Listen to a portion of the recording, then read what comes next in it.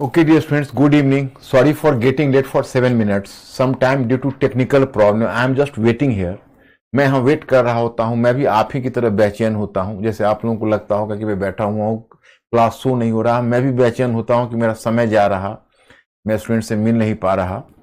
तो ऐसी कई बार नौबत आ जाती है ऑनलाइन वाले में।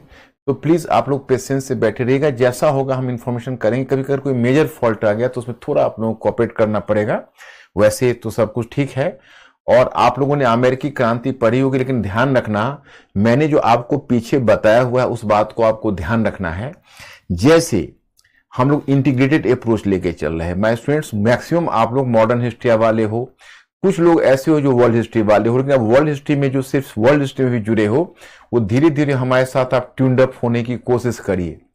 ट्यून्ड अप होने की कोशिश इसलिए करिए क्योंकि मैं अकेला टॉपिक नहीं पढ़ाता और ना मैं आप लोगों को अकेला टॉपिक पढ़ने दूंगा, क्योंकि ये बहुत बड़ा गड्ढा है जिसमें फंसने का चांस होता है। और अगर आप कम पढ़ के ज्यादा प्रोडक्शन देना चाहते हो तो आप यही ध्यान रखना, हमेशा जिंदगी में इंटीग्रेटेड अप्रोच लेकर चलो। अगर सोशल साइंस पढ़ना है, यही सामाजिक विज्ञान पढ़ने की चाबी है जो मैं आपको दे रहा हूं। चलिए, हम लोगों ने क्या देखा कि एक समय था कि सामंतवाद चर्च ताकतवर था। सामंतवाद और चर्च को तोड़कर उसके कब्र से राजतंत्र निकला, उसी के कब्र से मध्यवर्ग निकला। अब इतिहास के इस मोड़ पर राजतंत्र और मध्यवर्ग के बीच प्रतिस्पर्धा है, लेकिन राजतंत्र का अवसरवादिता देखो। एक समय था कि जब राजतंत्र को कुलीन वर्ग और चर्च से संघर्ष चल रहा था, तो उसने मध्यवर्ग की सहायता से कुचल दिया था कुलीन वर्ग और चर्च को। अब उनकी ताकत टूट चुकी थी, वो राजतंत्र के लिए खतरा नहीं थे और तीनों एक ही थैली के चट्टे पट्टे कुल मिलाकर बन गए। और फिर आप देखते हो कि राजतंत्र ने कुलीन वर्ग और चर्च का भी थोड़ा सा, क्योंकि देखो सबके हित एक से जुड़ते थे। अगर राजतंत्र की शक्ति, अगर राजतंत्र भी इस बात को समझता था कुलीन वर्ग और चर्च की शक्ति पूरी तरह टूट गई और मध्य वर्ग हावी हो गया तो फिर मेरे भविष्य का संकट उपस्थित हो जाएगा, इसलिए उसने राजतंत्र और कुलीन वर्ग के जो बचे हुए भाग है उसको बचाए रखने का निर्णय लिया। और बड़ी शिद्दत से उसने, राजतंत्र ने एक तरह से उनके साथ गठबंधन बना लिया, लेकिन मध्य वर्ग फिर भी नहीं हटा। मध्य वर्ग ने एक कोड ऑफ कंडक्ट रखा राजतंत्र, कुलीन वर्ग और चर्च के समक्ष कि आप अगर अपने आप को बदल सकते हो तो बदल लो, क्योंकि हम इस स्थिति को सहन नहीं करेंगे। एक तरह से यही प्रबोधन था। कोई आपसे एक सेंटेंस में पूछे प्रबोधन क्या है, तो यह मध्यवर्गीय विचारधारा है।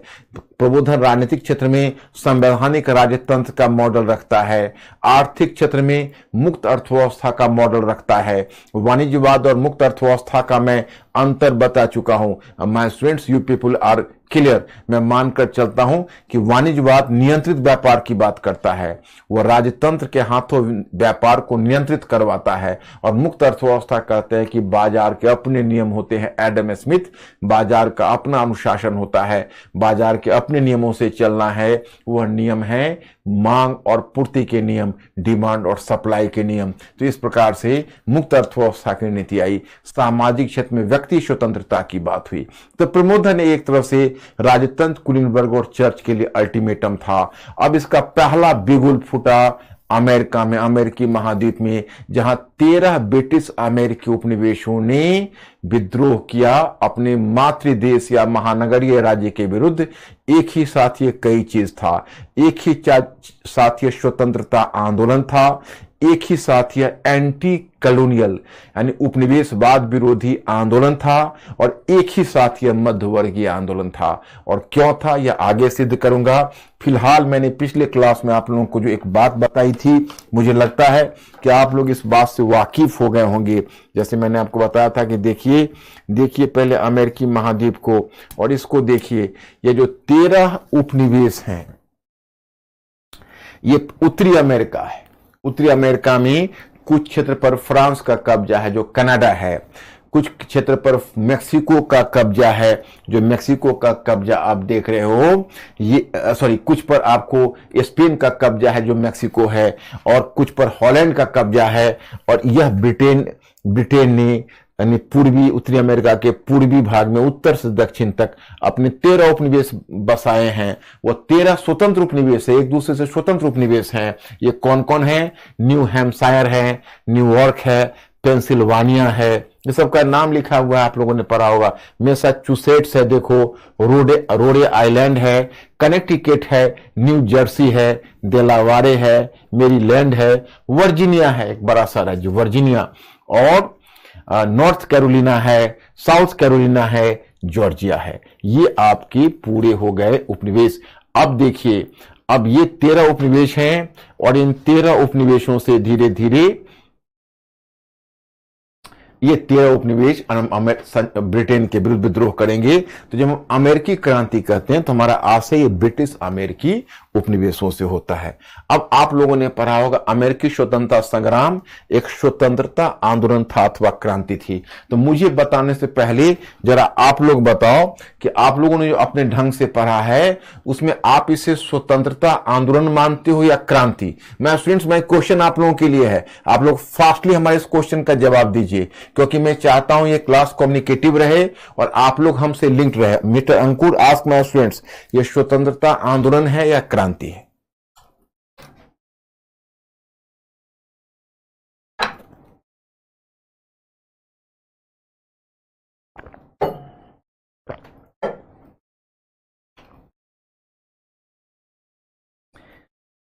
Just waiting for your answer. स्वतंत्रता आंदोलन है अथवा क्रांति है? आहा, यही तो चूक हो गई आपको। आप ब्रिलियंट लोगों से मैं अपेक्षा करता हूं कि मेरे द्वारा जो लिखित सामग्रियां भेजी जाती है, मैं आप लोगों पर कुछ छोड़ता कहां हूं। आप लोगों का काम तो केवल चबाना है। देखिए, यह सही है कि अमेरिकी स्वतंत्रता संग्राम मातृ देश के विरुद्ध किसी उपनिवेश का प्रथम विद्रोह था तथा इस विद्रोह के पश्चात उसने स्वतंत्रता हासिल की। फिर भी सही है कि आगे घटित फ्रांस की क्रांति की तुलना में इस क्रांति के मध्य कम रेडिकल परिवर्तन हुए, परंतु इसे महज स्वतंत्रता संग्राम कहना उचित नहीं है, क्योंकि इसने अमेरिकी उपनिवेशों की स्वतंत्रता सुनिश्चित करने के लिए अतिरिक्त उनके राजनीतिक, सामाजिक और आर्थिक ढांचे में भी परिवर्तन लाया। अब देखिए,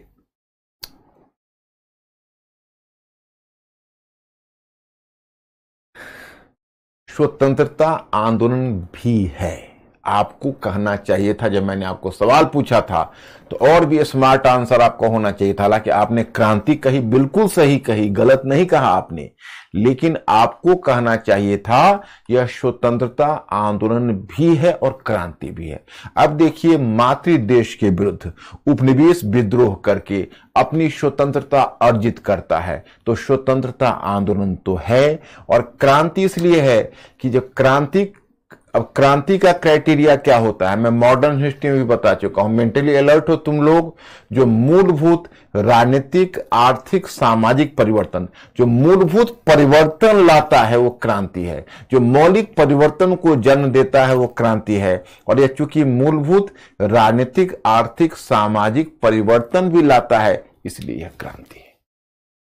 तो कुल मिलाकर तय हुआ स्वतंत्रता आंदोलन भी और क्रांति भी। स्वतंत्रता आंदोलन भी और क्रांति भी।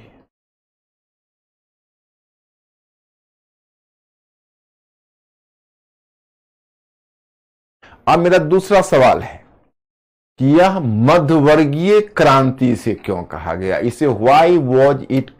देखो, इतिहास के इस मोड़ पर तो मध्य वर्ग ही क्रांति ला रहा है, अभी निम्न वर्ग दबा हुआ है। अमेरिकी क्रांति में निम्न वर्ग थोड़ा सा सर उठाएगा। और एक बात, मेरा एक प्रश्न का जवाब आपसे चाहिए कि मध्य वर्ग और निम्न वर्ग, इन दोनों के लक्ष्य में अंतर। अब मैं ये चाहता हूं कि मध्य वर्ग और, लेकिन आप इतना लंबा कैसे लिख पाएंगे, यही मैं बेचैन होकर रह जाता हूं कि आपसे मैं डायरेक्ट पूछना चाहता हूं कि मध्य वर्ग और निम्न वर्ग के अप्रोच में आपको अंतर लग रहा है, या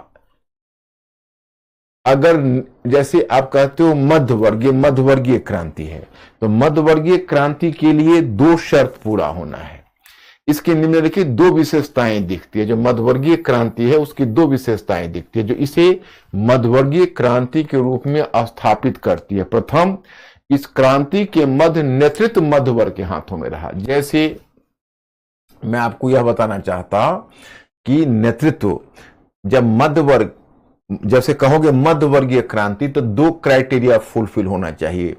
एक क्राइटेरिया है कि नेतृत्व मध्यवर्ग के हाथों में होना चाहिए, और दूसरा, इस क्रांति के मध्य जो परिवर्तन हुए वह परिवर्तन मध्यवर्ग की आकांक्षा के अनुकूल होना चाहिए। मध्यवर्ग की आकांक्षा क्या है? मध्यवर्ग की आकांक्षा क्या थी? मध्यवर्ग क्या चाहता था? फटाफट टाइप करो तो मध्यवर्ग क्या चाहता था?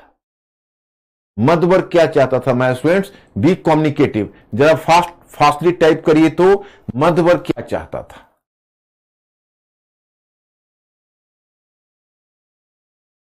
I am just waiting.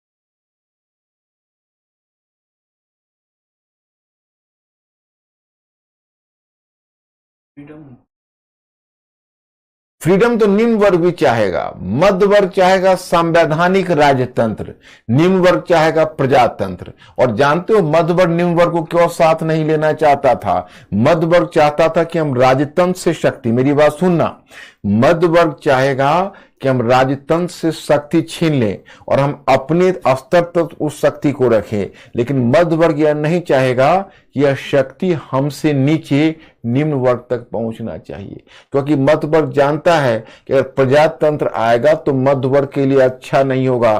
क्योंकि प्रजातंत्र आएगा तो वन मैन वन वोट, एक व्यक्ति को एक मत मिलेगा, और ऐसी स्थिति में जब सभी को मताधिकार मिल जाएगा प्रजातंत्र में, तो निम्न वर्ग की संख्या तो मध्य वर्ग से ज्यादा है, तो निम्न वर्ग मध्य वर्ग को आउटवोट कर देगा और मध्य वर्ग हो जाएगा अल्पसंख्यक। तो मध्य वर्ग सारा निर्णय निम्न वर्ग के अनुसार होने लगेगा। अब आप ही बताओ मध्य वर्ग ऐसा क्यों चाहेगा? इसलिए मध्य वर्ग, जब मध्यवर्गीय क्रांति, उसकी आकांक्षा है संवैधानिक राजतंत्र। मध्य वर्ग की आकांक्षा है संवैधानिक राजतंत्र, मुक्त अर्थव्यवस्था और व्यक्ति की स्वतंत्रता। संवैधानिक राजतंत्र, मुक्त अर्थव्यवस्था और व्यक्ति की स्वतंत्रता। तो देखो ये मध्यवर्गीय क्रांति है, दो शर्तों को पूरा कर रहा है। पहली शर्त क्या है कि इसमें जो परिवर्तन हो रहे हैं वो मध्य वर्ग की आकांक्षा के अनुकूल है, और दूसरी शर्त क्या है, पहली शर्त है कि नेतृत्व मध्य वर्ग के हाथों में है, और दूसरी इसकी शर्त है कि जो परिवर्तन हो रहे हैं वो मध्य वर्ग की आकांक्षा के अनुकूल है। अब अमेरिकी क्रांति का कारण, तो पहले मैंने शॉर्ट में डायग्राम में दे दिया। ब्रिटिश औपनिवेशिक हित एवं अमेरिकी लोगों के बीच टकराहट। अमेरिकी उपनिवेश में विभिन्न वर्गों का हित क्रांति से जुड़ा होना, विचारधारा का प्रभाव, संवैधानिक मतभेद, तात्कालिक कारण, ब्रिटिश वाणिज्यवाद के विरुद्ध अमेरिकी पूंजीवाद का विद्रोह। अब देखिए, पहला है ब्रिटिश औपनिवेशिक हित और अमेरिकी लोगों के हित के बीच टकराहट होना चाहिए।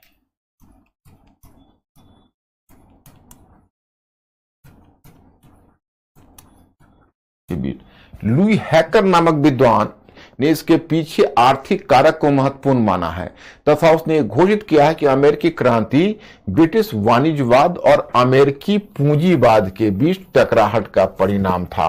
वाणिज्यवाद अथवा वणिकवाद यह स्थापित करना चाहता है था कि उपनिवेश की अर्थव्यवस्था महानगरीय राज्य के आर्थिक हित के अधीन है। इसी सिद्धांत पर बल देते हुए ब्रिटिश सरकार द्वारा अमेरिकी उपनिवेश के संदर्भ में 17वीं सदी में कई नौ परिवहन कानून लाए गए थे।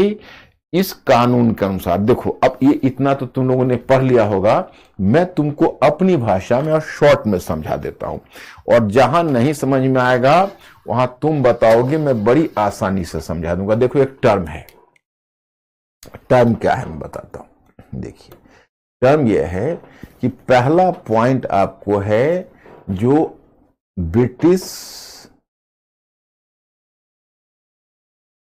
औपनिवेशिक हित औपनिवेशिक हित एवं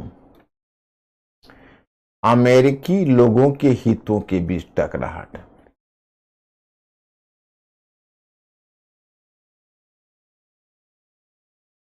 हितों के बीच टकराहट।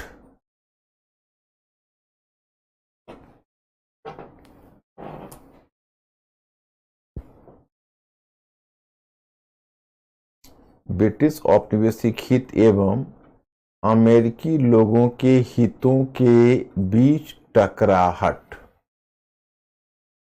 इनके हितों के बीच परस्पर टकराहट है। अब देखिए, इसके बाद अगला आपको सेंटेंस मिला, एक विद्वान का नाम मिल गया है लुई हैकर। नाम याद रखिए, क्या प्रॉब्लम। लुई हैकर इसको एक आर्थिक विद्रोह मानता है इसके पीछे आर्थिक कारण उत्तरदायी है। क्या? तो यह ब्रिटिश वाणिज्यवाद के विरुद्ध,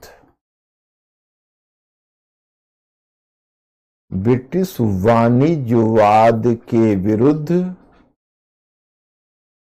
अमेरिकी पूंजीवाद का विद्रोह है। तो जो ब्रिटिश औपनिवेशिक हित है वो है वाणिज्यवाद। आप याद करिए, मैंने आपको वाणिज्यवाद पढ़ाया हुआ, इसलिए वाणिज्यवाद शब्द से आपको घबराना नहीं। वाणिज्यवाद क्या है? तो वाणिज्यवाद यह कहता है कि उपनिवेश का हित मातृ देश के हित के अधीन है और उपनिवेश से अपेक्षा करता है कि वह मातृ देश को कीमती धातु प्रदान करे, मातृ देश से कुछ वस्तुओं को खरीदे और मातृ देश को कच्चे माल भी प्रदान करे। मतलब उपनिवेश का अपना कोई व्यक्तित्व नहीं है, उसको मातृ देश के हित में काम करना है। ये है वाणिज्यवाद का। वाणिज्यवाद का ही मैंने बताया था बुलियनवाद, कीमती धातुओं का संग्रह निर्यात को अधिक करेगा और आयात को कम करेगा। तीसरा मैंने बताया था आर्थिक राष्ट्रवाद है, जो अधिक से अधिक उत्पादन पर बल देता है ताकि हमारी अर्थव्यवस्था मजबूत हो। और चौथा उसका है उपनिवेशवाद। तो ब्रिटिश वाणिज्यवाद के विरुद्ध ब्रिटिश पूंजीवाद का विद्रोह का मतलब हुआ कि आगे आपको मिला होगा नौ परिवहन कानून। ये नौ परिवहन कानून क्या है?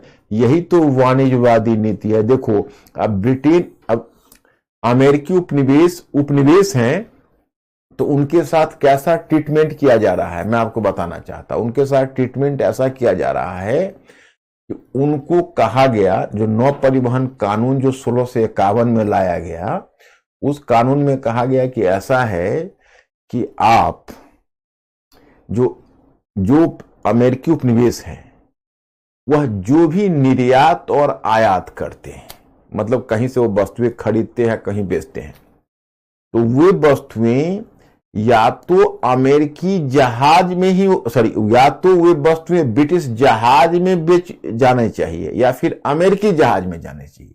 किसी तीसरे देश के जहाज में नहीं जानी चाहिए। हॉलैंड के जहाज में नहीं जानी चाहिए, फ्रेंच जहाज में नहीं जानी चाहिए, स्पेनिश जहाज में नहीं जानी चाहिए। मतलब वो पूरी तरह से चाहते थे कि हमारा नियंत्रण उस पर बना रहे। और एक शर्त और भी रख दी, इतना ही नहीं, या तो आप ब्रिटिश जहाज में भेजिए और फिर आप ऐसे जहाज में भेजेंगे जहां 75% कर्मचारी कम से कम ब्रिटिश हों। अब आप ही बताइए, ऐसे तो पूरी अब तो हो गया ना नियंत्रण। यही है वाणिज्यवाद। अब वाणिज्यवाद में क्या होता है? ये टर्म वाणिज्यवाद का मतलब व्यापारवाद नहीं है, ये राजनीतिक हित है। एक देश का हित है भाई, हम आपकी इकोनॉमी को अपने ढंग से हम दोहन करेंगे।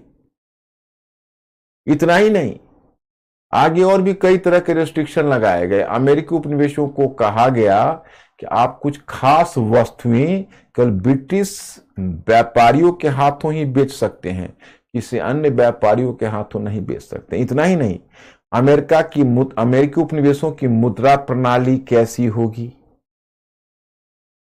अमेरिकी उपनिवेशों की मुद्रा प्रणाली कैसी होगी? अमेरिकी उपनिवेशों की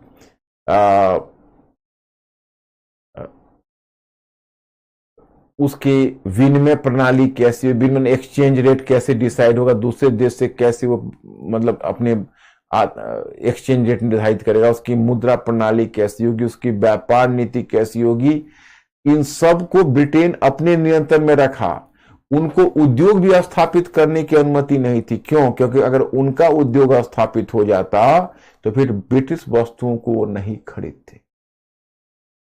और आप जानते हो एक तो बड़ा इंटरेस्टिंग चीज उन्होंने किया, जैसे 13 उपनिवेश हैं तो 13 एक दूसरे से स्वतंत्र हैं। जैसे देखो अब 13 उपनिवेश हैं, आप इसको ऐसे देखिए जैसे भारत पर ब्रिटिश ने शासन किया था। आपने मॉडर्न हिस्ट्री में देखा तो जिन क्षेत्रों को उनको जीतना था तो उनको तो एक ही उपनिवेश बना के शासन किया, आपको याद है। जैसे जैसे जीतते गए वो उनके उपनिवेश का हिस्सा बनता गया और एक ही उपनिवेश था उनका, इंडिया। अब मान लो जिन देशों को नहीं जीता वहां पर अपना देसी राज्य रहे, वो बात दूसरी है, लेकिन ब्रिटिश इंडिया तो एक था। यहां ये नहीं है, यहां 13 अलग अलग उपनिवेश हैं। ये सब अलग अलग उपनिवेश है, भारत की तरह एक नहीं। सब में एक गवर्नर का पद अलग अलग सृजन है, सबको अलग अलग ब्रिटेन ने चार्टर दिया है। चार्टर का मतलब है अधिकार पत्र। सब में अलग अलग गवर्नर है, सभी में अलग अलग गवर्नर है और सभी उपनिवेश में अपना लोकल विधानमंडल है जिसमें कुछ कुलीनों को प्रतिनिधित्व दिया गया है लोकल विधानमंडल में, और सभी में गवर्नर है और सभी को अलग अलग चार्टर दिया गया। 13 उपनिवेश है। जानते हो नियंत्रण की पराकाष्ठा बताता हूं, आपको सुनकर आश्चर्य होगा। अगर एक उपनिवेश यानी एक अमेरिकी जो बस्ती है वो दूसरी वस्तु को अपना प्रोडक्ट भेजता या उसे खरीदता, उसको भी कहते हैं विदेश व्यापार है, और इस पर पहले आप ब्रिटेन को चुंगी दीजिए, फिर वस्तु इधर से उधर आदान प्रदान होगा। इतना नियंत्रण। चलिए ये हुआ ब्रिटिश वाणिज्यवाद। अमेरिकी पूंजीवाद का मतलब है कि अमेरिकी अर्थव्यवस्था की, माने अमेरिकी उपनिवेशों की अर्थव्यवस्था की दिन दूनी रात चौगुनी प्रगति हो रही थी। उसकी इकोनॉमी में 4 गुना वृद्धि हुई थी। उसका अमेरिकी उपनिवेशों के अपने जो जहाज थे या नौ परिवहन थे वो डेवलप कर रहे थे, अपना जहाज रानी उनका डेवलप कर रहा था। लेकिन जो ये उपनिवेश थे उनको अच्छी भली भांति यह बात प्रकट हो गई थी कि अगर हमें तरक्की करनी है तो ब्रिटेन को जाना होगा। हमें अगर तरक्की करनी है तो ब्रिटेन को जाना होगा, नहीं तो हम तरक्की नहीं कर पाएंगे। जैसे और अमेरिकी उपनिवेशों का चरित्र भी बदलने लगा था। अब वो उपनिवेश नहीं गए, धीरे धीरे राष्ट्र का शक्ल ले रहे थे, उनमें सजगता बढ़ रही थी, जागृति बढ़ रही थी। जागृति बढ़ने की वजह थी वो सब तो ब्रिटिश मूल के ही थे ना, जो ब्रिटेन से भागे हुए आए थे यहाँ उपनिवेश। हाँ, एक चीज मैंने आप लोगों को अभी नहीं बताया, ये मिस हो गया, इसको मैं पहले बता देता तब। खैर चल, इस पॉइंट को बताने दो, मैं इसको आप लोग ओके करना, तो फिर मैं अमेरिकी समाज कैसे था, उसके समाज में किस तरह की हायरार्की थी उसको बता देंगे, फिर हम दूसरे पॉइंट पर बढ़ेंगे। वो थोड़ा सा मिस हो गया, नहीं तो आपको कंफ्यूजन हो जाएगा, और हम कोई भी कंफ्यूजन सहन नहीं कर सकते। आप लोगों को थोड़ा भी कंफ्यूजन नहीं हो, बिल्कुल शीशे की तरह साफ हो चीजें।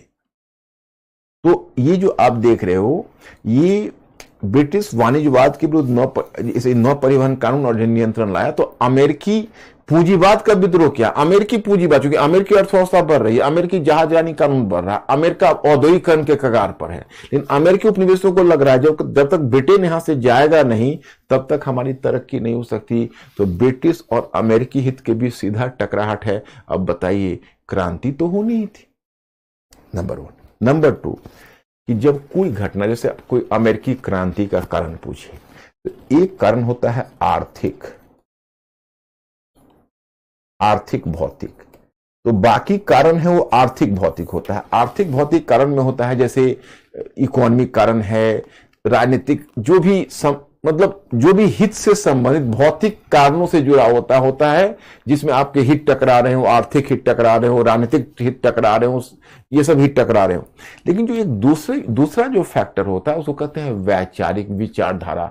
मतलब एक है कि परिस्थितियां इतनी खराब है कि आप रह नहीं सकते, दूसरा है कि आप एक ऐसी विचारधारा के प्रभाव में आ गए हो जो विचारधारा आपको प्रेरणा दे रही है, विद्रोह करो, वो वैचारिक कारक होता है। तो ये आर्थिक कारक है, इसके साथ और भी राजनीतिक कारक, वो सब आर्थिक भौतिक में हम ले लेंगे और फिर वैचारिक कारक में लेंगे। देखिए, दोनों के अपने अपने महत्व है, लेकिन दोनों में अगर एक को किसी को चुनना होगा तो पहला महत्व हम आर्थिक भौतिक को ही देते हैं। जब कार्ल मार्क्स जैसा चिंतक आया तो उसने आर्थिक कारक को बहुत महत्व दिया, तो हम लोग पहला कारक आर्थिक भौतिक को ही देते हैं। तो ये ब्रिटिश उपनिवेशवाद के विरुद्ध या ब्रिटिश वाणिज्यवाद के विरुद्ध अमेरिकी पूंजीवाद का विद्रोह था।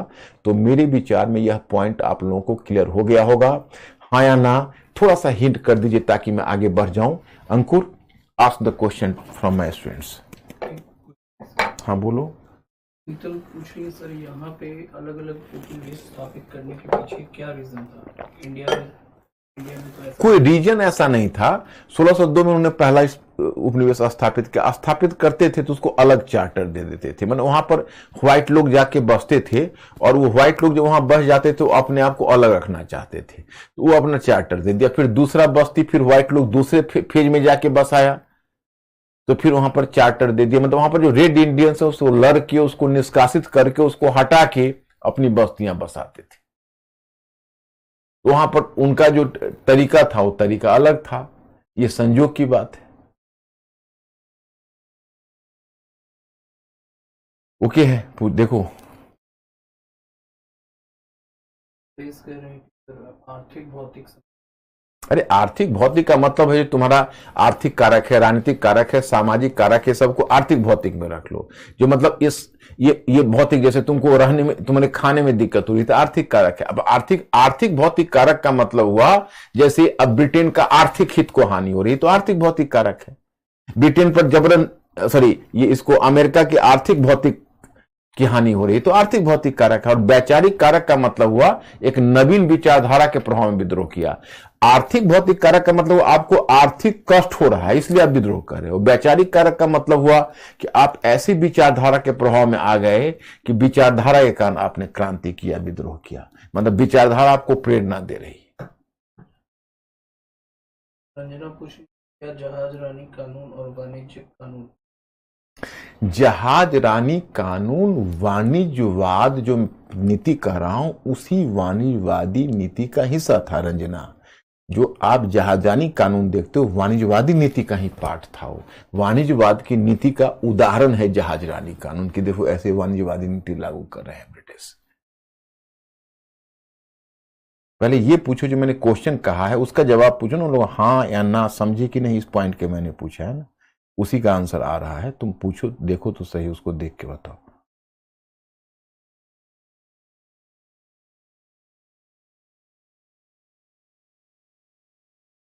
यस। ओके है, ठीक है, आगे बढ़ता हूं। अब मैं स्टूडेंट पॉइंट नंबर 2 पर चलने से पहले मैं एक काम कर देता हूं। ये अमेरिकी समाज है, तो अमेरिकी समाज में एक वर्ग नहीं है, कई वर्ग है। अमेरिकी समाज है, तो कौन कौन सा वर्ग है देखो। ओ सॉरी, जस्ट वन। ये अमेरिकी समाज है। अब अमेरिकी समाज में कौन कौन से वर्ग है उनके बारे में बताता हूं। जैसे देखो, सबसे ऊपर है कुलीन वर्ग, कुलीन एवं भद्रजन। जानते हो भद्रजन को जेंट्री बोलते हैं। जेंट्री का मतलब जो हाई क्लास के लोग होते हैं। कुलीन तो नेचुरल कुलीन है, और जो भद्रजन है वो पैसे के बल पर कुलीनता को खरीद लिया है, मतलब उनका भी समाज में स्टेटस कुलीन की तरह है। जो बाद में कुलीन हुए वो भद्रजन है, और एक कुलीन है जो उनका साथ लगा हुआ है, तो ये है कुलीन सबसे ऊपर। इसके बाद है मध्य वर्ग। मध्य वर्ग में कौन कौन है पता है? बहुत सारे। मध्य वर्ग में है व्यापारी, व्यापारी के साथ तस्कर, तस्कर मतलब स्मगलर। मध्य वर्ग में है व्यापारी, तस्कर, छात्र एवं बुद्धिजीवी, बुद्धिजीवी, व्यापारी, तस्कर, छात्र एवं बुद्धिजीवी, राजनीतिक नेता,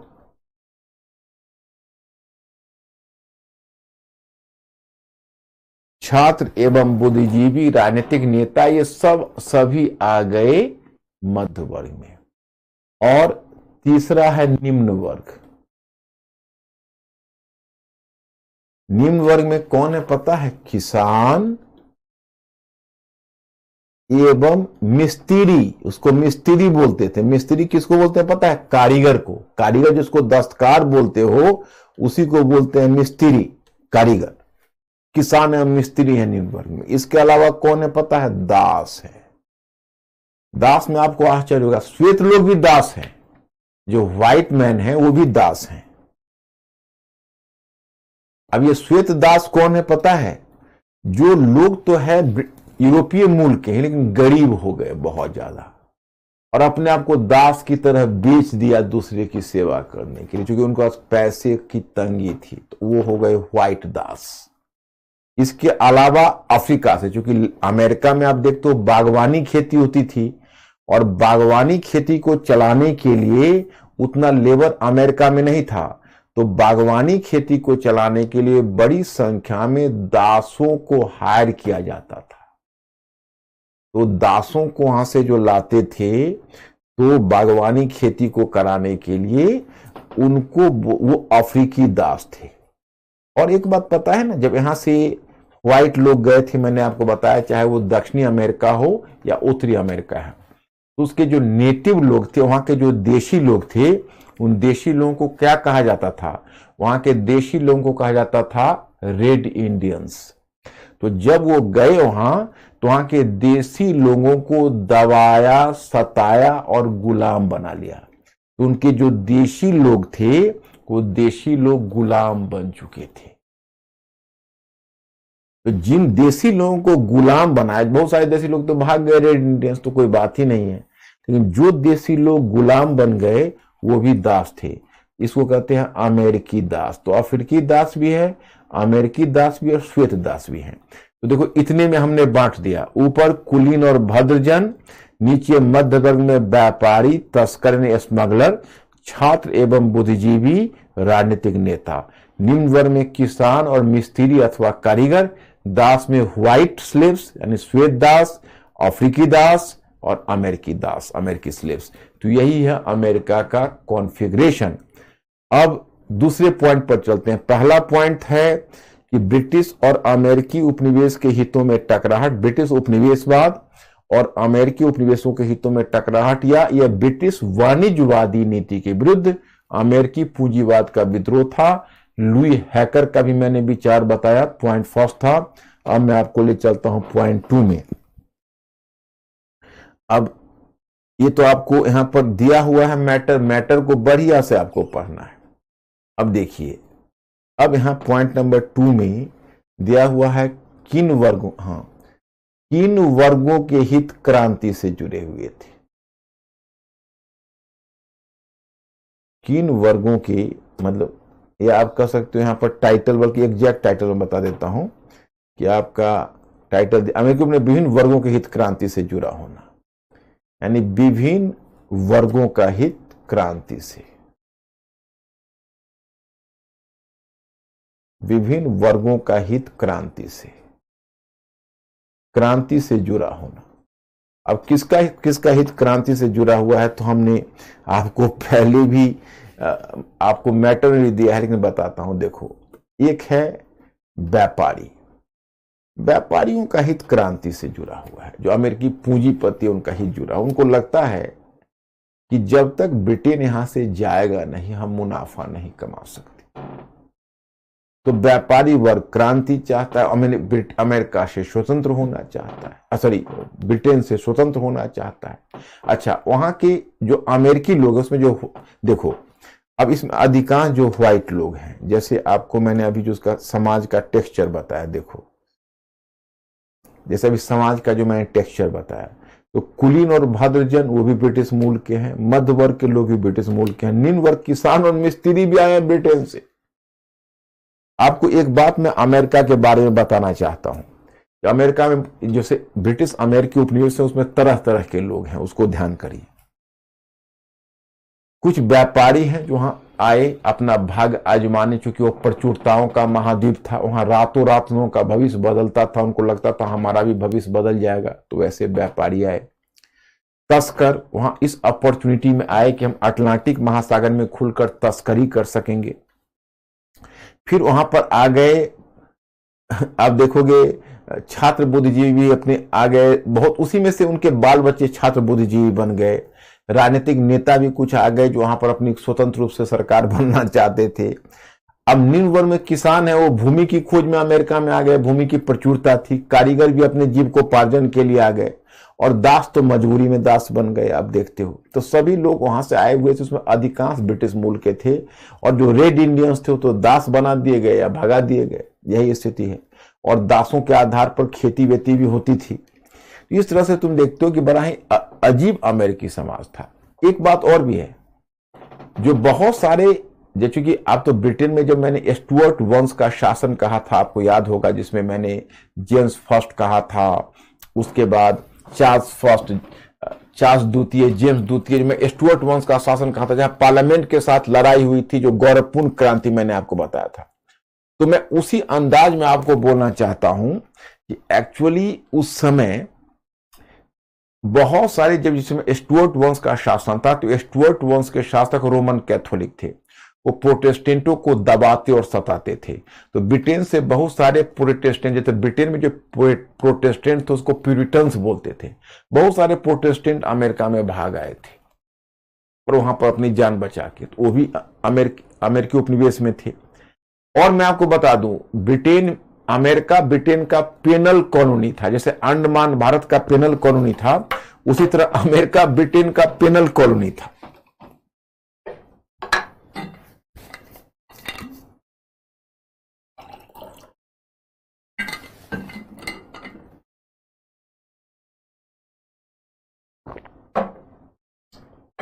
अमेरिका ब्रिटेन का पेनल कॉलोनी था। दंड, जैसे जो सजा याफ्ता मुजरिम होते थे, उनको भी अमेरिकी महाद्वीप में भेजा जाता था।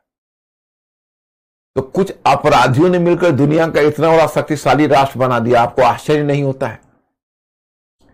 और इसीलिए अमेरिका में आपको वह सोफिस्टिकेशन नहीं मिलेगा जो यूरोप में मिलेगा। खैर, एनीवे, पॉइंट नंबर 1 में मैंने ब्रिटिश वाणिज्यवाद के विरुद्ध अमेरिकी पूंजीवाद का विद्रोह बताया।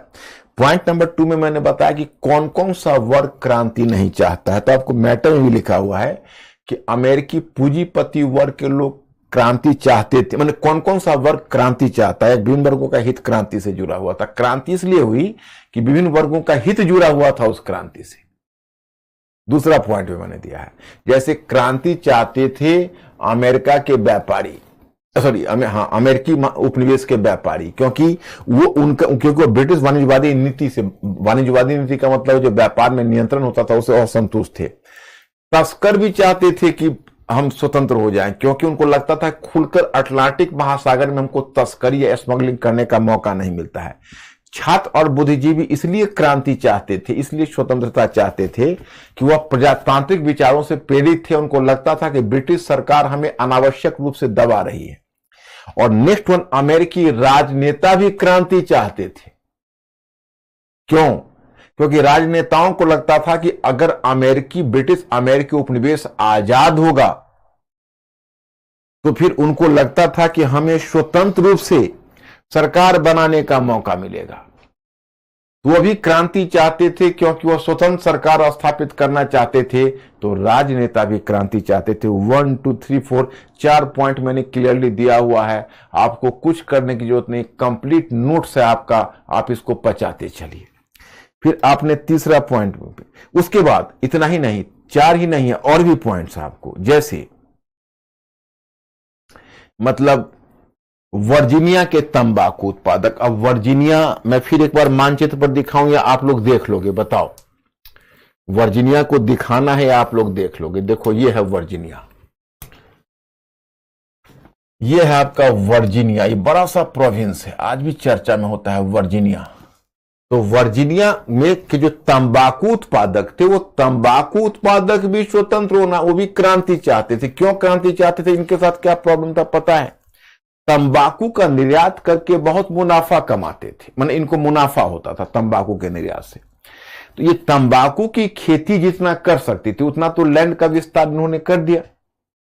अब ये चाहते थे और भी पूरब की तरफ विस्तार करें, सॉरी पश्चिम की तरफ, नॉट पूरब, उल्टा बोल गए, माने पश्चिम, लेफ्ट हैंड, और पश्चिम की तरफ विस्तार करें। लेकिन जानते हो पश्चिम की तरफ विस्तार करने में ब्रिटिश सरकार ही बाधा उपस्थित कर रही थी। ब्रिटिश सरकार कर रही थी कि नहीं, आप विस्तार मत करिए। तो क्यों? तो तर्क दे रही थी कि वहां पर रेड इंडियंस देसी लोग हैं, आप विस्तार करेंगे तो देसी लोगों को विस्थापित करेंगे। कितना है टेम्परेचर? तो आप अगर विस्तार करेंगे तो देसी लोगों को विस्थापित करेंगे, विस्थापित करेंगे तो देसी लोगों से संघर्ष होगा, अनावश्यक यहां पर कमोशन होगा, इसलिए आप यहीं रुकिए, अब आप और अधिक विस्तार मत करिए। तो उनका कहना है कि आप और अधिक विस्तार मत करिए। ये किसका कहना है? तो ब्रिटिश सरकार का कहना है। लेकिन इसके पीछे उनका अपना एक अलग स्वार्थ था। स्वार्थ ये है कि देखो, ये जो जमीन थी, ये जमीन किसान जोतते थे, लेकिन इस जमीन के जो मालिक थे वो ब्रिटेन में बैठे हुए कुलीन होते थे। यहां से उनको एक तरह से फायदा होता था कि जमीन के बदले उनको थोड़ा रेंट मिलता था।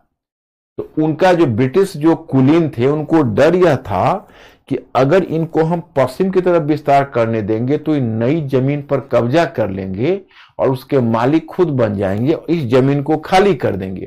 तो इस जमीन को खाली कर देंगे तो जो थोड़ा बहुत रेंट हमको मिलता है वो रेंट मिलना बंद हो जाए। इसीलिए वो चाहते थे कि नहीं, पश्चिम की तरफ विस्तार नहीं हो। तो वर्जीनिया के तंबाकू उत्पादक को लगता था कि हम तंबाकू की तो जी भर कर खेती कर ही नहीं पाएंगे जब तक हम यहां से ब्रिटिश लोगों को भगा न दें। तो वो चाहते थे कि चलो हम ब्रिटिश लोगों को यहां भगा देते हैं ताकि हम जी भर कर खेती कर सके तंबाकू की। So that is the factor है। तो ये फैक्टर के रूप में आपका काम कर रहा है। अब देखिए,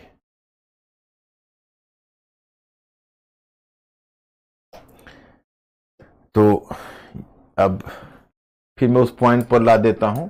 तो वर्जीनिया के तंबाकू उत्पादक है वो भी चाहते थे कि क्रांति हो, और वर्जीनिया के तंबाकू, अब देखो एक भी आपको यह भी देखना है, कुछ लोग ऐसे भी थे जो क्रांति नहीं चाहते थे। हालांकि आप लोगों से ऐसा क्वेश्चन नहीं पूछेगा, मैं एक इंटरेस्टिंग क्वेश्चन आपको बताता हूं। ऑप्शनल में एक बार क्वेश्चन पूछा था, शॉर्ट नोट में पूछा था कि अमेरिकी स्वतंत्रता की घोषणा पर बोस्टन, फिलाडेल्फिया, मैसाचुसेट्स, माने बोस्टन, फिलाडेल्फिया, मैसाचुसेट्स एवं अन्य स्थानों पर आनंद ध्वनि करने, तोप और बंदूक दागने तथा गिरजाघर में घंटे बजाने के लिए बहुत सारे लोग एकत्रित हुए थे, परंतु कुछ लोग ऐसे थे जो खुश नहीं थे। कुछ लोग ऐसे भी थे जो खुश नहीं थे। तो भाई कौन लोग खुश नहीं थे क्रांति से? तो कुलीन वर्ग के लोग खुश नहीं थे। कुलीनों को लगता था कि विधानमंडल में भी हमारी उपस्थिति है, वहां हमारे बहुत सारे विशेषाधिकार अमेरिकी कॉलोनीज में हैं। कुलीनों को लगता था, और कुलीनों को लगता था कि अगर कल को ब्रिटिश सरकार यहां से चली जाएगी और उनको अगर भगा देंगे ये लोग, तो चूंकि क्रांति मध्यवर्गीय है तो मध्यवर्ग हमारे सारे विशेषाधिकारों को समाप्त कर देंगे, तो उनका पूरा भविष्य ब्रिटिश के साथ था। इसलिए वो क्रांति नहीं चाहते थे। बल्कि आपको पता चलना चाहिए कि जब क्रांति घटित हुई तो 80,000 कुलीनों ने ब्रिटिश अमेरिका को छोड़ दिया और 80,000 कुलीन कनाडा की तरफ पलायन कर गए। ये हाल रहा। 80,000 कुलीन कनाडा की ओर पलायन कर गए। ये था उनका आलम। तो ये नहीं चाहते थे। और कौन नहीं चाहते थे? रेड इंडियंस नहीं चाहते थे। रेड इंडियंस को लगता था कि अगर थोड़ी बहुत सुरक्षा हमें मिल रही है तो ब्रिटिश सरकार ही हमें सुरक्षा दे रही है। अगर ब्रिटिश सरकार यहां से चला जाए तो पता नहीं जो सेटलर्स लोग हैं, ये लोग जो ब्रिटिश अमेरिकी लोग हैं, जो यहाँ पर बसे हुए लोग हैं, पता नहीं हमारे साथ क्या करें। और एक चीज और भी है, मध्य अमेरिकी क्षेत्र है, उसके किसान भी क्रांति नहीं चाहते थे, क्योंकि उनको भी लगता था कि पता नहीं, उनके बारे में एक सेंटेंस आपको मिला होगा कि वो अमेरिका के उथल पुथल, यानी वो भविष्य की अनिश्चितता से डरते थे। उनको लगता था कि पता नहीं भविष्य में जो नई व्यवस्था कायम होगी उसमें कौन होगा, कैसे चलाएगा, उसका स्वरूप क्या होगा, कहीं हम फंस न जाए। तो भविष्य में आने वाले उथल पुथल और अनिश्चितता से भयभीत थे। तो ये सब क्रांति नहीं चाहते थे। तो कुछ लोग क्रांति चाहते थे और कुछ लोग क्रांति नहीं चाहते थे। तो मुझे लगता है कौन लोग क्रांति चाहते थे और कौन लोग क्रांति नहीं चाहते थे, ये तुम लोगों को क्लियर हो गया होगा। अगर किसी को दिक्कत है तो बोलो, आप लोग ओके हो, ओके करो ताकि मैं आगे बढ़ूं। अंकुर पूछो मेरे स्टूडेंट से क्या सिचुएशन है इनका। Let the class be communicative. आप लोग एकदम हमारे साथ कम्युनिकेट करिए और हम विजुअलाइज करते हैं कि आप लोग सामने बैठे हुए हैं। अंकुर क्या सिचुएशन है?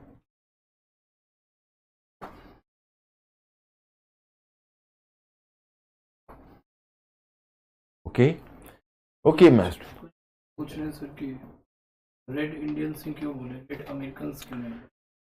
हाँ, ये मैं पहले ही बता चुका हूं बच्चों। तुम लोग या तो तुम लोग साइट पर डेली नहीं रहते हो, या मुझे लगता है कभी क्लास छोड़ देते हो, या लेट से ज्वाइन किए हो, क्या है आई डोंट नो। मैंने पहले ही बताया था, फिर एक बार शांतचित होकर सुन लो। एक्चुअली कोलंबस जिसने अमेरिका का पता लगाया, तो कोलंबस जब वो तो लैटिन अमेरिका का पता लगा, तो कोलंबस तो अमेरिकी महाद्वीप के बारे में कोई जानता नहीं था, कोई नहीं जानता था। अमेरिका की तो एक्सीडेंटली खोज हुई है, मैंने आपको बताया था। तो ये जो भौगोलिक खोज शुरू हो रही थी, किस देश के लिए हो रही थी, किस क्षेत्र के लिए? तो भारत की तरफ मार्ग की खोज हो रही थी, जो कुस्तुनतुनिया के पतन के बाद इधर का मार्ग अवरुद्ध हो गया था, तुम भूल रहे हो। तो इसी क्रम में जो कोलंबस यहां से गया, और कोलंबस ने जब अमेरिका का पहुंचा, तो उसको गलतफहमी हो गई कि हम इंडिया के पूर्वी भाग में पहुंचे हैं, तो वो समझा हमने इंडिया को खोज लिया। अब बताओ, इसी गलतफहमी में कोलंबस मरा है कि उसने इंडिया को खोज लिया, और वो पहुंच गया था एक दूसरे मुल्क में। तो वहां के जो लोग थे, चूंकि वो उसको लगा कि हम इंडिया को खोज लिया, उसको कहना शुरू कर दिया इंडियंस। तो इंडियंस कहना शुरू कर दिया, तो अब हो गया। वो चूंकि इंडियंस से थोड़ा ज्यादा काले थे, तो उनको कहना शुरू कर दिया रेड इंडियंस, क्योंकि ज्यादा डार्क थे वो इंडियंस की तुलना में, रेड इंडियंस। तो रेड इंडियंस ही नाम पड़ गया। अब तुम फिर यही प्रश्न सवाल कर रहे हो, तो मैंने पहले क्लास में ही क्लियर किया था तुम लोगों को, जो अमेरिका के बारे में, अमेरिकी महाद्वीप के बारे में बता रहा था। मैं तो इसमें कुछ और एक क्रिटिकल आइडिया देना चाहता था, लेकिन तुम लोग तो अभी बेसिक पर ही रह जाते हो। मैं तो तुम लोगों को बहुत इनलाइटेंड बनाना चाहता हूं। एक ऑथर है, एक मिनट, एक ऑथर है, उसका नाम है महमूदानी। उन्होंने बड़ा एक अच्छी बात लिखी। उन्होंने कहा कि एक तरह से अमेरिकी लोगों को रेड इंडियंस नाम देकर उनके पोजीशन को अवैध कर दिया। अवैध करने का मतलब है कि अपने ही देश में उनको इंडियन कह दिया, माने उनका मुल्क भी नहीं, माने वो अमेरिकन है, उनको इंडियंस कहा जा रहा है, अपने मुल्क में उनको बेगाना बनाया जा रहा है। ये बड़ा क्रिटिकल एक ऑथर ने इस बात को कही है, आप लोग भी ध्यान रखना। हाँ अंकुर, अब बोलो। सर जूही पूछ रही, अमेरिकी क्रांति में वैचारिक विचारधारा क्या थी? जूही, क्यों आप इतना बेचैन हो रहे हो? जूही, अभी तो मैंने भौतिक आर्थिक कारक एक कारक बताया, फिर दूसरा कारक मैंने बताया, अब तीसरा कारक कहां आने वाला हूं। जैसे यही तो विचारधारा का प्रभाव तीसरा कारक में आने वाला हूं। तो आप मुझे अपने कोर्स में काम करने दो, पीछे जो मैं आपसे पूछूं उसमें आप सवाल करो। आगे जो मैं पढ़ाने वाला हूं उसमें सवाल करके आप अपना और हमारा समय सिर्फ नष्ट करोगे। आपको जो मैं बता दूंगा तो शीशे की तरह साफ हो जाएगा। अब देखो, यह है कि कुछ विद्वान इस क्रांति के लिए वैचारिक, संवैधानिक आदि कारकों को कहीं अधिक प्रभावी मानते हैं। वैचारिक का मतलब विचारधारा की भूमिका। जैसे आप प्रबोधन में ही देखते हो, तो प्रबोधन में देखते हो उसमें के जो थिंकर्स थे, तो उसमें के थिंकर्स में आपने वॉल्टेयर का नाम सुना, मॉन्टेस्क्यू का नाम सुना, आपने रूसो का नाम सुना। ये सब क्या है? इनकी जो विचार है वही तो विचारधारा की भूमिका होती है। तो बहुत ही बेसिक टर्म होता है विचारधारा की भूमिका। तो यहां पर देखो कि कुछ विद्वान इस क्रांति के लिए वैचारिक, संवैधानिक आदि कारकों को कहीं अधिक प्रभावी मानते हैं। गौरतलब है कि अमेरिकी लोगों का आर्थिक शोषण दीर्घकाल से हो रहा था, परंतु 1770 के दशक में आकर वे विद्रोह के लिए उतारू हो गए। इस तथ्य की व्याख्या विचारधारा के संदर्भ में की जा सकती है। अमेरिकी बुद्धिजीवियों पर यूरोपीय प्रबोधन का गहरा प्रभाव रहा था। प्रबोधन के प्रभाव में उनमें वाणिज्यवाद के प्रति विद्रोह और मानव तथा व्यक्ति के अधिकारों के प्रति सजगता बढ़ गई। कम से कम 2 अमेरिकी बुद्धिजीवी बेंजामिन फ्रैंकलिन एवं थॉमस जेफरसन, देखो ये 2 ऐसे अमेरिकी बुद्धिजीवी हैं, बेंजामिन फ्रैंकलिन एवं थॉमस जेफरसन ने तो यूरोप की यात्रा भी की थी। मतलब ये 2 विद्वान ऐसे स्कॉलर्स हैं जिन्होंने यूरोप की यात्रा की। इतनी यूरोप के प्रबोधन से प्रभावित थे, अमेरिकी लोगों पर यूरोपीय प्रबोधन का प्रभाव था। और मैं आपको बताऊं कि यहां पर जो कई लोग ऐसे थे जो इनका विचारधारा यूरोपीय प्रबोधन का, जैसे यूरोपीय विचारक थे, उनका गहरा प्रभाव अमेरिकी बुद्धिजीवियों पर था। इतना तक कि बेंजामिन फ्रैंकलिन और थॉमस जेफरसन ये अमेरिकी विद्वान थे, इन्होंने यूरोप की यात्रा कर ली। अब देखो, आप में से बहुत सारे लोग उसमें से विचारधारा विचारधारा विचारधारा की बात करते हो। देखो, तुम यहां छोड़ो, मॉडर्न हिस्ट्री पर आओ। आप तो देख रहे हो कि ब्रिटिश जब उपनिवेशवाद भारत में स्थापित हुआ तो शोषण हुआ, किसानों का शोषण हुआ, जनजातियों का शोषण हुआ, बहुत सारे वर्गों का शोषण हुआ। वो विद्रोह भी करते थे, उनके पास कोई सम्यक विचार नहीं होता था, तो एकदम प्याली के तूफान की तरह वो टेरते, कहीं मुंडा विद्रोह, कभी संथाल विद्रोह, कभी दक्कन के दंगे तो छेड़ते थे, लेकिन उनके पास कोई विचारधारा का सपोर्ट नहीं होता था।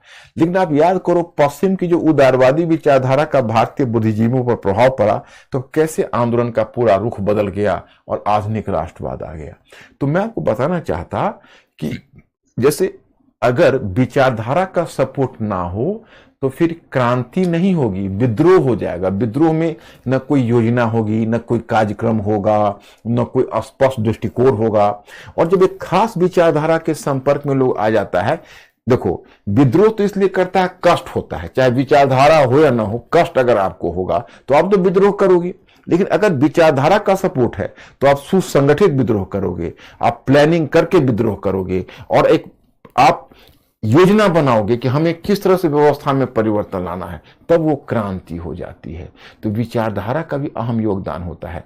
परिस्थितियां तो आर्थिक भौतिक कारक निर्मित करती है, लेकिन जो विचारधारा होती है वो एक विद्रोह को क्रांति बना देती है, वो उसको एक नवीन दिशा दे देती है। जो ही आप समझ गए या बाकी हमारे स्टूडेंट समझ गए कि नहीं, ओके करो या नहीं करो, आप जैसा आपको उचित लगता है।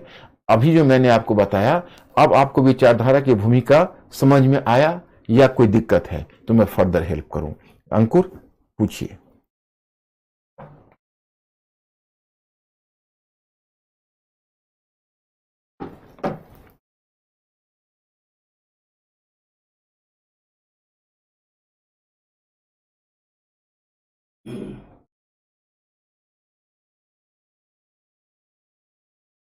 ओके है।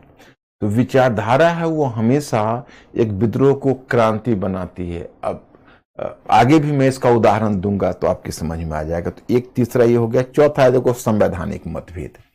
अब ये थोड़ा टेक्निकली डिफिकल्ट आपके लिए पड़ सकता है, वैसे आपको नहीं पड़ेगा। आपको संवैधानिक साक्षरता तो है ना, आप संविधानवाद को समझ रहे हो। तो ब्रिटिश और अमेरिकी संविधान का अंतर आप में से कितने लोग समझ रहे हो? आप ब्रिटिश और अमेरिकी संविधान का अंतर समझ रहे हो? Please answer my question. मैंने फिर एक दूसरा क्वेश्चन किया कि क्या आप ब्रिटिश और अमेरिकी संविधान का अंतर समझ रहे हो? Answer my question.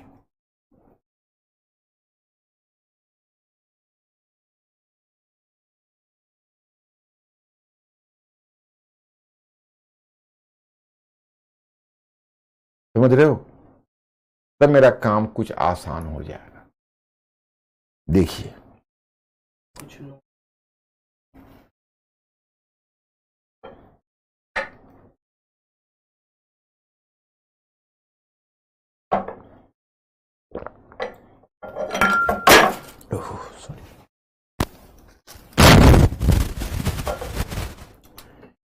देखो,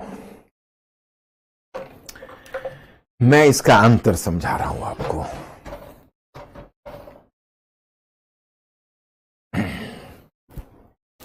देखिए, आप मान के चलिए यह है ब्रिटिश संविधान। ब्रिटिश संविधान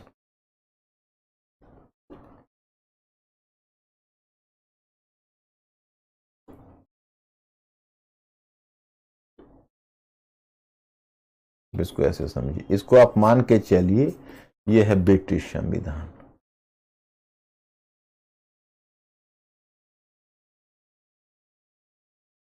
ओके, तो ब्रिटिश संविधान में विधानमंडल, तो विधानमंडल में वैसे तो 2 सदन है, लेकिन मैं बात करता हूं पार्लियामेंट का। पार्लियामेंट में तो दोनों सदन है, हाउस ऑफ लॉर्ड्स और हाउस ऑफ कॉमन्स। ये मुझे लगता है और देखने में आपको दिक्कत हो, ये छोटा ही कर देता हूं। हाउस ऑफ लॉर्ड्स और हाउस ऑफ कॉमन्स 2 सदन है, लेकिन मैं मान के चलता हूं कि आप लोग कम से कम आप पार्लियामेंट ही तो समझिए। तो देखो, ब्रिटेन की पूरी आस्था, जैसे सरकार के 3 निकाय हैं। अब एक है कार्यपालिका,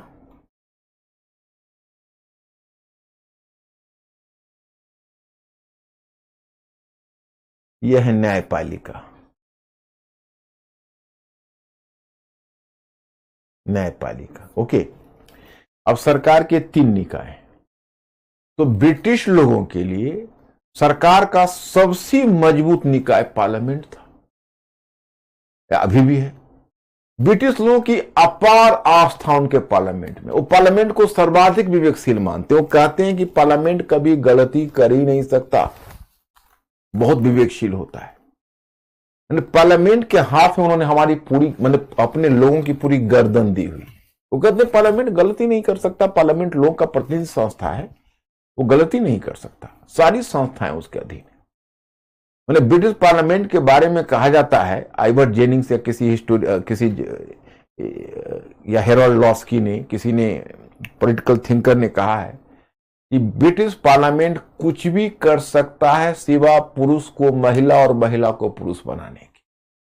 अब तो हमको लगता है वो भी कर दी आज के बायोटेक के युग में। तो मतलब यह है कि इतना पावरफुल है। कार्यपालिका भी निकलती है पार्लियामेंट से, कार्यपालिका के मेंबर्स आवश्यक रूप से पार्लियामेंट के मेंबर्स होंगे, और न्यायपालिका भी पार्लियामेंट से बनती है। हाउस ऑफ लॉर्ड जो उच्च सदन है, उसी में फिर भी काउंसिल है, वही हाईएस्ट कोर्ट ऑफ अपील का काम करता है। तो वहां पर क्या है, डिफ्यूजन ऑफ पावर है।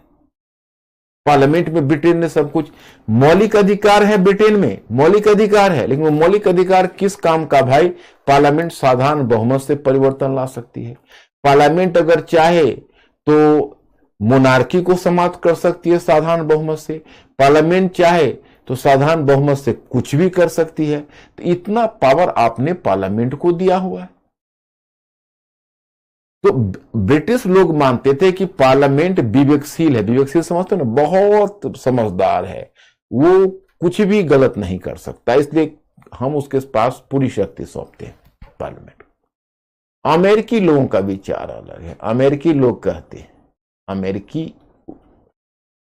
उपनिवेश, यहां के लोगों का कहना था, अब इनकी मानसिकता देखो, ये अपने माने ब्रिटेन से हजारों कोस दूर, हजारों मील दूर स्वतंत्र वातावरण में रही और पली और बढ़ी, और इन्होंने एक बड़ा ही हार्ट ब्रेकिंग, क्या आप कह सकते हो कि हॉरिफिकली, इन्होंने इंडिविजुअल स्वतंत्रता पर, व्यक्ति की स्वतंत्रता पर यह बिल्कुल समर्पित है। ये व्यक्ति की स्वतंत्रता से कोई समझौता नहीं करना चाहते। इनका बल है प्राकृतिक अधिकार पर, मानव के प्राकृतिक अधिकारों पर। उसने कहा प्राकृतिक अधिकार से क्या मतलब है? Natural rights. उनका कहना है कि मानव के कुछ प्राकृतिक अधिकार होते हैं, वो पैदा होते ही उसको मिल जाते हैं, और उन अधिकारों में कोई भी छेड़खानी नहीं कर सकता, इतना तक कि ब्रिटिश पार्लियामेंट भी नहीं, कोई भी नहीं। वो जन्मजात है हमारे, हम उसे कोई कॉम्प्रोमाइज नहीं कर सकते। तो अमेरिकी लोग व्यक्ति की स्वतंत्रता के प्रति इतने समर्पित हैं कि उन्होंने मॉन्टेस्क्यू की विचारधारा को अपनाते हुए शक्ति पृथक्करण की अवधारणा पर बल दी। वो है कांग्रेस। वहां उनका जो, अभी मैं नहीं, आगे बताऊंगा, जो संविधान बनाया तो संविधान में उनका कांग्रेस है विधानमंडल। उन्होंने विधानमंडल, कार्यपालिका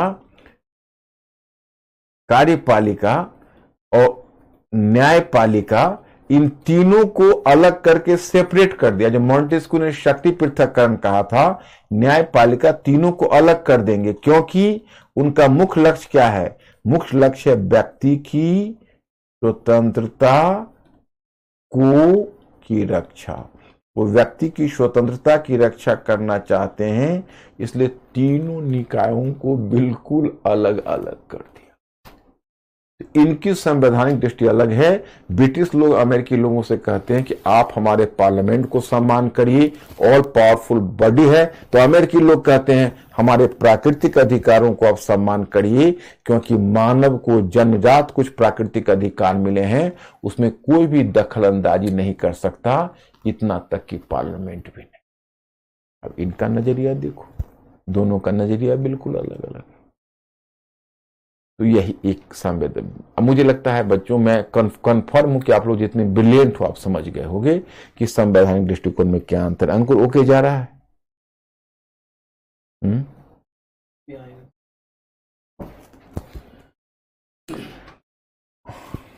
ओके हो माय स्टूडेंट्स? अब आते हैं तात्कालिक कारण पर।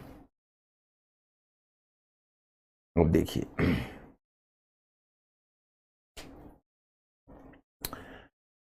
अब देखिए मैं एक कहानी बताता हूं,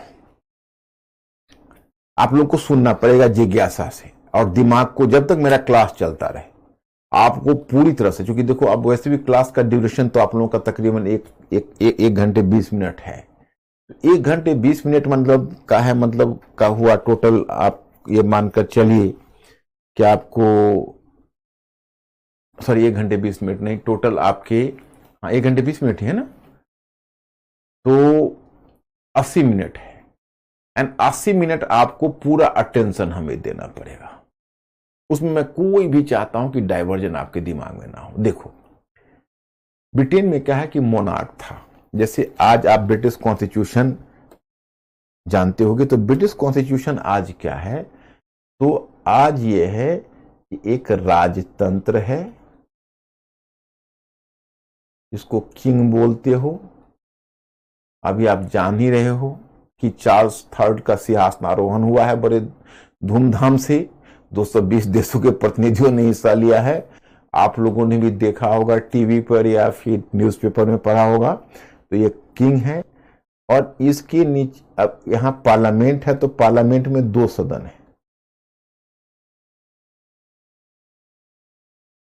एक उच्च सदन है हाउस ऑफ लॉर्ड्स, और एक निम्न सदन है हाउस ऑफ कॉमन्स।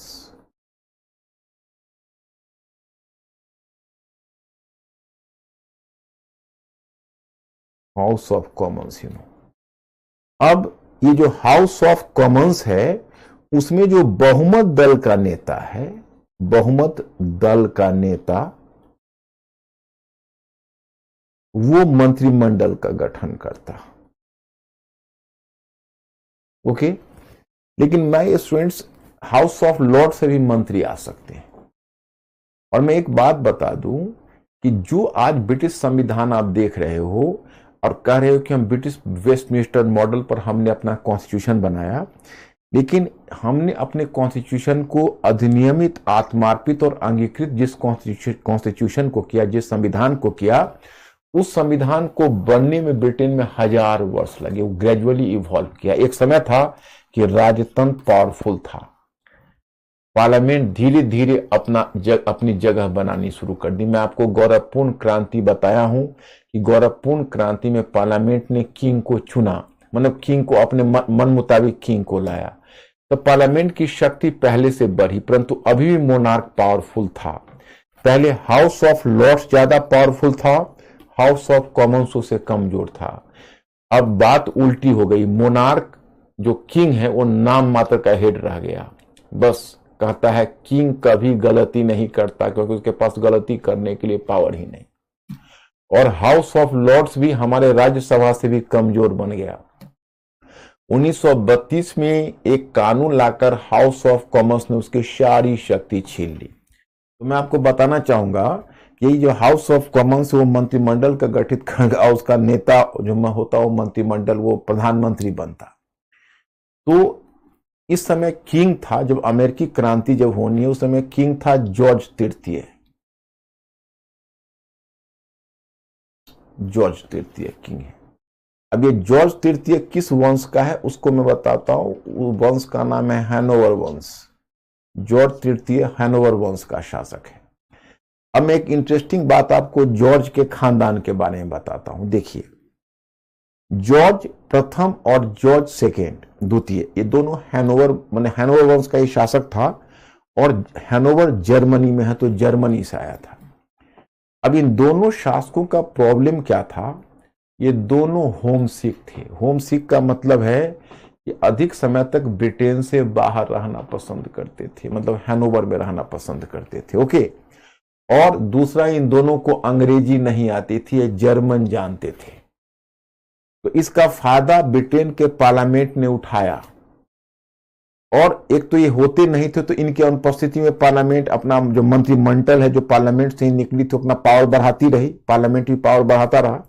दूसरा, उनको अंग्रेजी नहीं आती थी, तो उनसे कुछ भी लिख कर, यहां से कोई भी पिटीशन लिख कर उसे साइन करवा लेता था, तो पावर लूज होता गया। दोनों जॉर्ज के समय मोनार्क की पावर, बहुत सारी पावर मोनार्क की चली गई। अब उसके बाद जो जॉर्ज तृतीय आया, वो जॉर्ज तृतीय पहले, जॉर्ज तृतीय अपने पावर के प्रति बहुत कॉन्शियस था। पहले तो अपने पिता और दादे को उसने मन मुताबिक गालियां दी कि भाई इन निखटुओं के कारण हमारे बहुत सारे पावर चले गए। और फिर जॉर्ज तृतीय की कोशिश ये हुई कि हम अब पावर लूज ना करें, ये जॉर्ज तृतीय का सोचना था। तो जॉर्ज तृतीय पावर लूज ना करें, सिर्फ यही नहीं, जॉर्ज तृतीय ये प्रयास करने लगा कि पीछे जो हमने पावर लूज किया हमारे पूर्वजों ने, उसको हम रिगेन कर ले, दोबारा उस पावर को प्राप्त कर ले। तो जॉर्ज तृतीय क्या करता, जानबूझ के अपने खोए हुए पावर को प्राप्त करने के लिए किसी भी मंत्रिमंडल को 2 वर्ष से ज्यादा टिकने नहीं देता था। और संयोग से जॉर्ज तृतीय का यह पावर गेम चल रहा था, उसी समय अमेरिका का मामला आ गया, और अमेरिका का मामला उलझ गया, और उसी में अमेरिकी क्रांति घटित हो गई।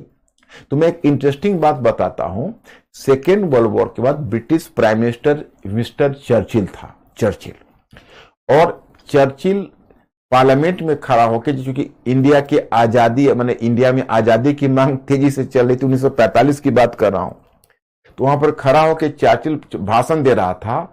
आई have not been the first minister of the British crown to preside over the liquidation of the British empire. मैं ब्रिटिश साम्राज्य के विघटन की अध्यक्षता करने के लिए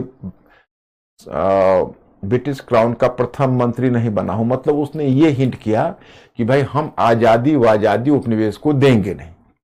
तो उस समय संयोग ऐसा था कि जो भारत सचिव लॉर्ड एमरी था, वो भी पार्लियामेंट में बैठा हुआ था, और भारत का वायसराय, जो तात्कालिक वायसराय वेवेल था, वो वेवेल भी वहां बैठा हुआ था।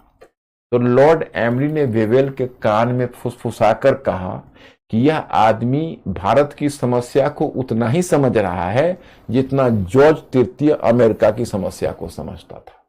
तो मतलब कुल मिलाकर जो जॉर्ज तृतीय है, वो जॉर्ज तृतीय खेल को और बिगाड़ दिया। खैर चलिए, अब 1765 ईस्वी में जो सरकार उस समय बनी, मंत्रिमंडल जो गठित हुई, वो मंत्रिमंडल आपको मैटर मिलेगा, ग्रेनविले का मंत्रिमंडल गठित हुआ। ग्रेनविले था,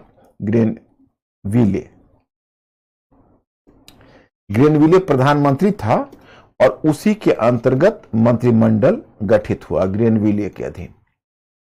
तो ग्रेनविले के बारे में कहा जाता है कि हमने अमेरिका खो दिया, क्योंकि ग्रेनविले ने अमेरिका से आने वाले डाक को पढ़ना शुरू कर दिया। कैसे?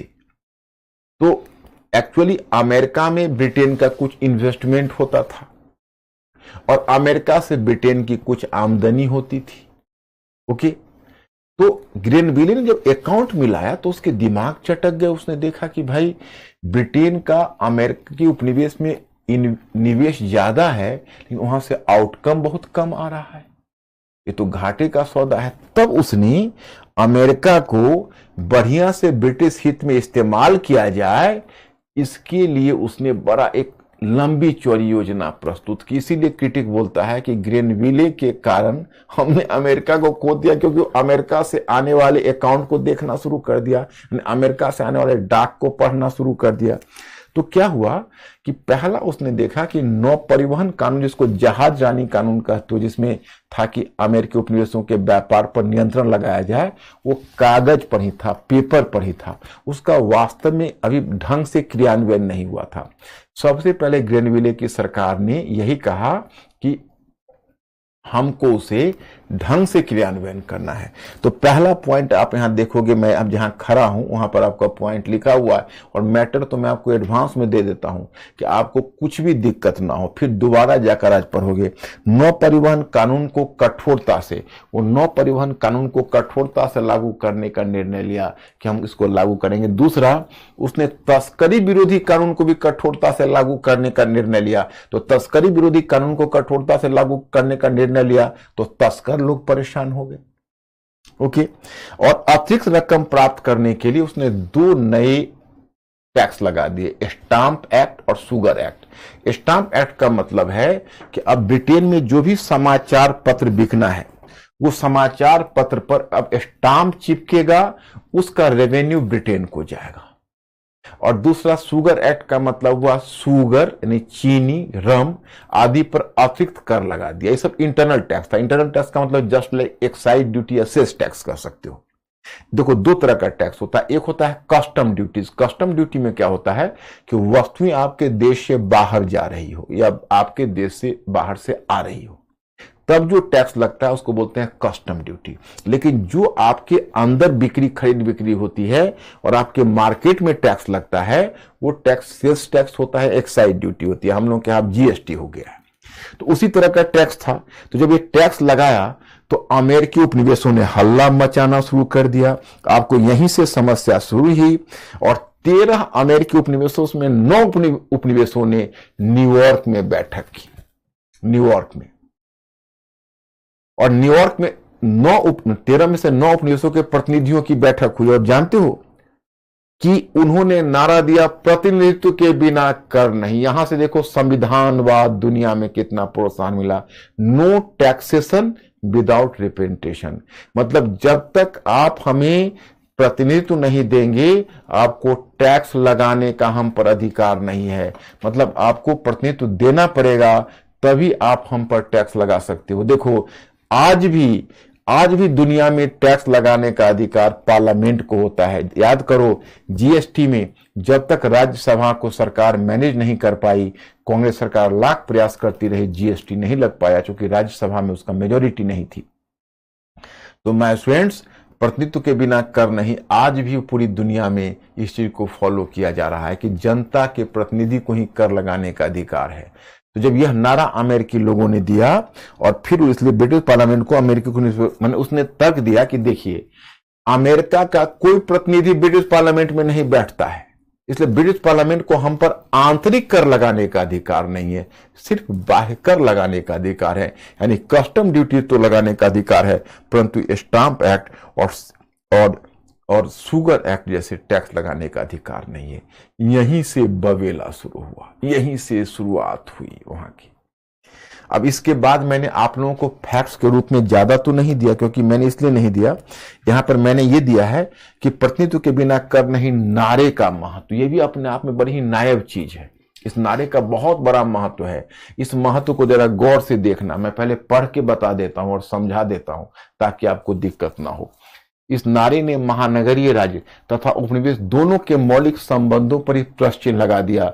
दूसरे शब्दों में, चूंकि ब्रिटिश संसद अमेरिकी लोगों का प्रतिनिधित्व नहीं कर रही थी, अतः उसे अमेरिकी बस्तियों पर आंतरिक कर लगाने का अधिकार नहीं था। देखो, इसने उपनिवेश और मातृदेश के संबंधों को बदल दिया।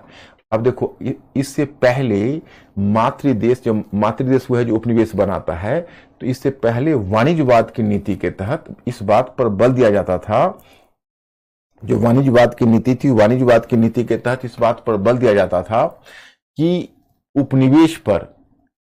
उपनिवेश मातृदेश के हित के लिए अर्थ रखता है। परंतु इस पूरी धारणा को इस नारे ने बदल दिया। उसने कहा नहीं, उपनिवेश का अपना निजी व्यक्तित्व है जो मातृदेश से अलग है, और मातृदेश उसके उस निजी व्यक्तित्व में कोई दखल अंदाजी नहीं कर सकता। और उपनिवेश के अपने हित है, पहले आप पार्लियामेंट में बैठाओ फिर कर लगाओ। अब एक बात बताओ, अब कोई है, किसी ने कोई अगर अपना डोमेस्टिक हेल्प के लिए कोई नौकर रखा है और वो चाहता है कि सुबह सुबह अपने बेटे को तैयार करके स्कूल भेजूं, अब नौकर एकदम वीटो लगा देता है कि नहीं, जब तक आप स्कूल यूनिफॉर्म पहना कर हमें भी दूसरे स्कूल में दाखिला नहीं दिलाएंगे तब तक मैं आपको काम में हेल्प नहीं करूंगा। तो अब वो नौकर रह गया या बेटा हो गया। तो वही बात लागू होती है, जब उपनिवेश को भी प्रतिनिधित्व अगर संसद में मिलने लगे तो क्या उपनिवेश रह जाएगा। तो बड़ा इंपॉर्टेंट मांग है, ये नारे का साधारण सा महत्व नहीं है। दूसरा, यह नारा स्वयं ब्रिटिश संसद में प्रचलित विरोध के तरीकों के अनुरूप था। संपूर्ण 17वीं शताब्दी में ब्रिटिश नेता इसी अधिकार की मांग करते रहे थे और फिर इसी मुद्दे पर ब्रिटिश पार्लियामेंट और राजतंत्र के बीच एक युद्ध भी हो चुका था। मैं आपको बता चुका हूं, अमेरिकी लोगों ने वैसे नहीं, अमेरिकी लोगों ने ब्रिटिश लोगों से ही सीखा था, ये ब्रिटिश लोगों से ही सीखा था। ब्रिटिश पार्लियामेंट और जब अमेरिकी राजतंत्र को स्टुअर्ट वंश के समय मैंने आपको बताया था कि जब दोनों के बीच जब संघर्ष हो रहा था और दोनों के बीच जब विवाद चल रहा था, उस समय यह मांग उठाई थी। उस समय ब्रिटिश पार्लियामेंट ने ही यह बात उठाई थी, प्रतिनिधित्व के बिना कर नहीं, जनता के प्रतिनिधि को कर लगाने का अधिकार है। उस समय अमेरिकी उपनिवेश के लोगों ने भी इस बात को सुन लिया और सुनकर यही मांग ब्रिटेन पर थोप दी कि जनता के प्रतिनिधि को कर लगाने का अधिकार है, तो आप हमको पार्लियामेंट में बैठाइए फिर कर लगाइए। उन्हीं से सीखा। और अमेरिकी उपनिवेश के द्वारा प्रतिनिधित्व की मांग अपने आप में विशिष्ट थी, क्योंकि यह मांग एक उपनिवेश के द्वारा उस समय की जा रही थी जब यूरोप के अधिकांश क्षेत्र में भी लोगों को प्रतिनिधित्व नहीं मिला था। अब बताइए, ब्रिटेन में तो चलिए एक पार्लियामेंट काम कर रही थी, क्या फ्रांस में ऐसी पार्लियामेंट काम कर रही थी? नहीं ना। बेल्जियम में काम कर रही थी? नहीं ना। हॉलैंड में? नहीं ना। तो जिस समय यूरोप के लोगों को भी अभी तक प्रतिनिधित्व नहीं मिला था, उस समय उपनिवेश के लोग अपने प्रतिनिधित्व की मांग कर रहे थे। यह भी अपने आप में एक बहुत बड़ी बात थी। और last but not the list, इसने भविष्य में उपनिवेश विरोधी आंदोलनों के लिए एक प्रेरणा स्रोत का काम किया। भारत में भी कांग्रेस के नेताओं ने ब्रिटिश के समक्ष यह मांग रखी। मतलब ये इतना ही नहीं, ये जो मांग है प्रतिनिधित्व के बिना कर नहीं, ये उपनिवेश विरोधी आंदोलन का प्रतीक बन गया। आगे भारत के नेताओं ने भी कांग्रेस के रिजीम में, जैसे उदारवादी नेतृत्व है, उसकी भी यही मांग थी, प्रतिनिधित्व के बिना करने।